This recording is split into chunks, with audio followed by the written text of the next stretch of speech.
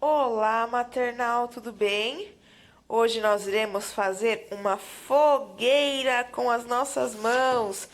Olha só, aqui a Pro tem uma folha branca, tinta guache amarela e vermelha. Vamos começar? Olha só, aqui a Pro desenhou os troncos das árvores, estão vendo? Para servir de lenha para a nossa fogueira.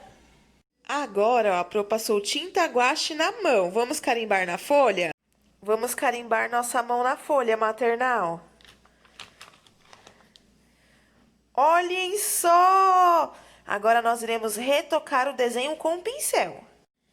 Agora nós iremos fazer, olha só, os retoques que forem necessários, tá bom? Na nossa fogueira. Olha que legal. Nós iremos fazer os retoques tanto vermelho quanto amarelo, tudo bem? Olha só, maternal, como ficou a minha fogueira. Gostaram?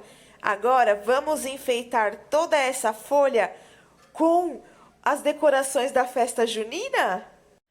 Olhem só como ficou legal da Pro. A Pro enfeitou com fogos de artifícios e bandeirinhas. Caprichem, hein, maternal?